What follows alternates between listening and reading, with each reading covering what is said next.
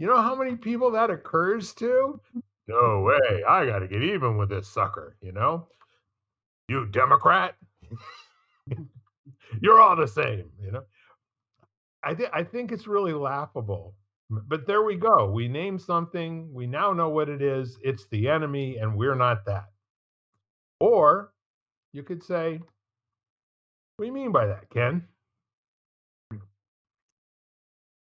I think it's interesting. I read an article, it was in a psychology journal, and it was talking about a lot of times, like it's it gives you a feeling of control in your own life if there can be a them, and actually, like a lot of conspiracy theories, it's the same thing. These are complicated things that don't have simple solutions, and our brains naturally try to find a simple way to view it so we feel in control of it again because it sends us into such a crisis in our own lives.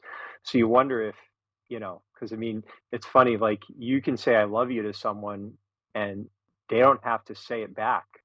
They can be like, the heck with you, they could continue to attack. So now, you know, doesn't matter, you could be, not everybody loves the Dalai Lama, no matter how much he loves them. And I so don't get that, but so I how agree with you. Not everybody does. yeah, so it's kind of interesting, and I think that's why this is all so difficult because, I know I've been in negotiations where it's like, look, I don't want you to take an advantage of, but I don't want you to take advantage of me, and they're like, too bad.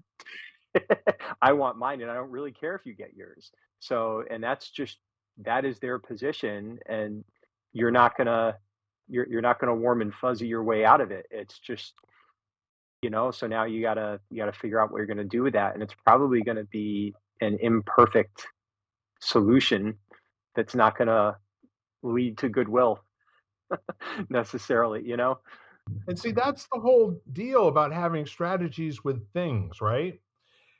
Things typically are of a particular size, weight, color, taste, and they persist through time very close to what they were. Ice cubes are different, bananas are different, but a rock or a brick, or a painting, something that is fixed and is a thing, you can count on that being close to what it looked like a year ago, a year from now.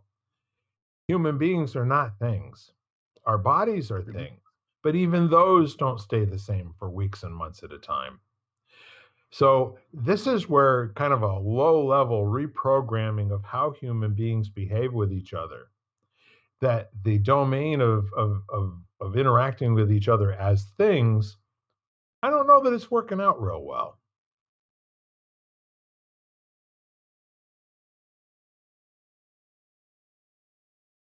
And the strategy of winning and the strategy of being engaged with a thing that you can actually beat, either with the words that you use and you hit the send button, or you pick the phone up and you find out what that thing is thinking on the other end of the phone line until they start to turn into a human being in the conversation. Yeah, I don't know. I just really feel there's a coldness and an emptiness inside watching human beings struggle just to stay alive on the television set every day for the last 2.5 weeks in a way that we don't get to see, and nor should we have to see. But can you imagine if all of us just decided, I'm going to get better? You know, the old saying of we really suck at being human beings? We're all human, and sometimes we suck at it. Yeah. But, and how many times do we say, I think I'm going to work at being better at this? And then what would that look like? And all I could think, because we've talked about it before, like Ken's talked about it. I mean, physically and emotionally, you raise your set point. So, you can learn something new all the time, and all of a sudden, you're like, to use Jan's word too, a little more tolerant of things in your own head, in your own body, and then you could go to the next level. But that's like one way for people to start exercising their ability to learn new steps, including like Jan was talking about and Ken about because we call it save as draft process. You know, you don't hit send. You use that save as draft feature. Powerful tool. Mhm. Powerful Yeah, I've tool. been playing with that idea of spilling over, and I've asked a lot of people, like, if you what would you fill yourself up with to the point where you couldn't contain it anymore and it spilled over into the people around you without it taking anything away from you, so it wasn't a depletion. And it's been fascinating how different all the answers are. I mean, you talk about what winning looks like, Bill. You know, for some it was wealth, so that they had more wealth than they needed so that they could, take care of their kids or extended family, or, build new things or help interstate, that kind of thing. For Right. other one it was laughter, because they want to be a comedian. So they're like, the more ridiculous they feel in their own life, the more that spills out of them and just makes other people laugh and smile. It was like this huge array, from things to like feelings, or it was everything. And it was just uh, not really, I don't really have any point with saying it. It was just interesting, just watching how people react when you think intentionally cultivating something within yourself to the point where you can no longer contain it and spills out of you, you know? Very different answers. It was kind of fun. Well, I think you're pointing to something that many of us know and understand, that the beginning of all change out there starts in here. Mhm. And to the Yeah, yeah. degree that we remember that we want a better out there, that starts with change in here. First of all, remembering that. Then second of all, getting, through the hard and clunky feelings of being awkward at it. And then, the part where you can't tell if how you're being is making any difference out there at all. So this is where we start to maybe change our clan a little bit and hang out with some different people. But at the same time, we're here on a weekly basis, unless we're sick for a couple of weeks. um, every week we have a conversation where all of us can say whatever's on our mind and on our heart. And at the end of the conversation, I'm never the same guy that sat down in the beginning. And it's my intention to not be that guy. And I'm willing to take whatever that is. Sometimes we finish these conversations and I'm scratching my head for a while afterwards. And I'm left with something like, okay, there's action to be taken. And I don't know what that action is. And that discomfort of living with that period of time where something's called for here, but I don't know what. That's that for me is like where the Dalai Lama finds himself in that instance between being angry and then recalling that his reason to be on the earth in the first place is to be the vessel of love for humanity. You know, how many of us sit down and decide what our purpose is and where we're going on a daily basis? Or how many of us get lined up somewhere and get told where to go and how to think and what to do and not question it? At least not question it in a powerful way that makes a difference. So, can I let you in on a little secret? Every once in a while, I go on Facebook and I post something just to take the temperature of what's going on out there. And I will say something that has a double entendre just to see who responds to it and what their responses are. And I I have to tell you that most of the time, what I get are not people that are gifted in the not hitting the send button.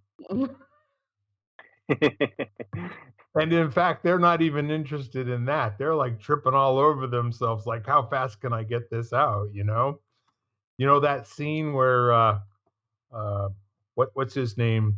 who wants to get the Red Ryder Daisy BB gun. He's writing his theme paper, and he can't get the words out fast enough, you know? And then he goes through the line, and Santa says, "What do you want?" And he says, he freezes, and then Santa says, "A football?" He goes, "Yeah, a football."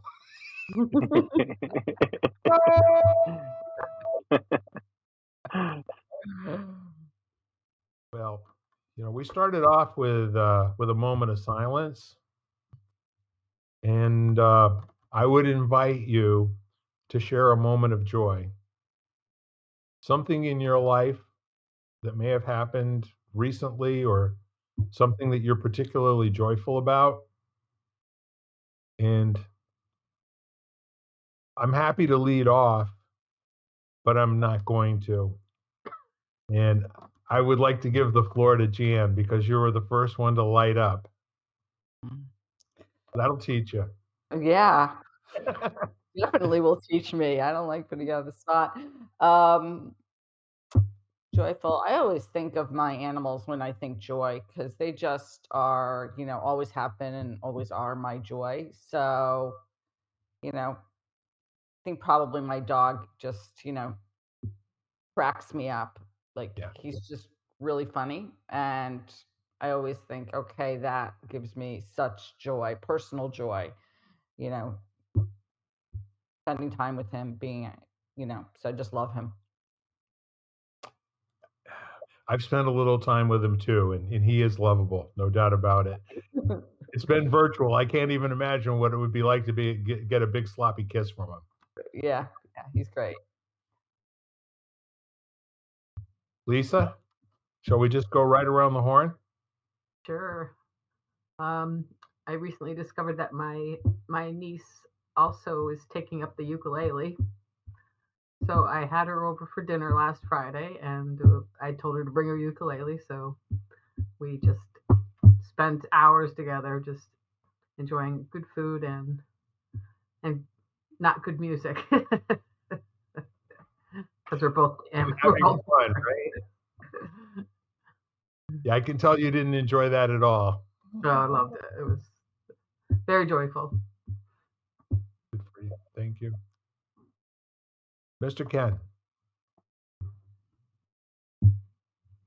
Well, lately, actually, I have an interesting relationship with joy. Remind me, I'll tell you a story, what I learned about it. Um, but lately, it's really been the moment when I recognize I'm awake. Like I woke up and there's another day, and then all the things, not even the things, the fact that you're awake and conscious and have what becomes possible out in front of you. It's like that. I don't know. Just find joy in that moment. Cool. I love it, my friend.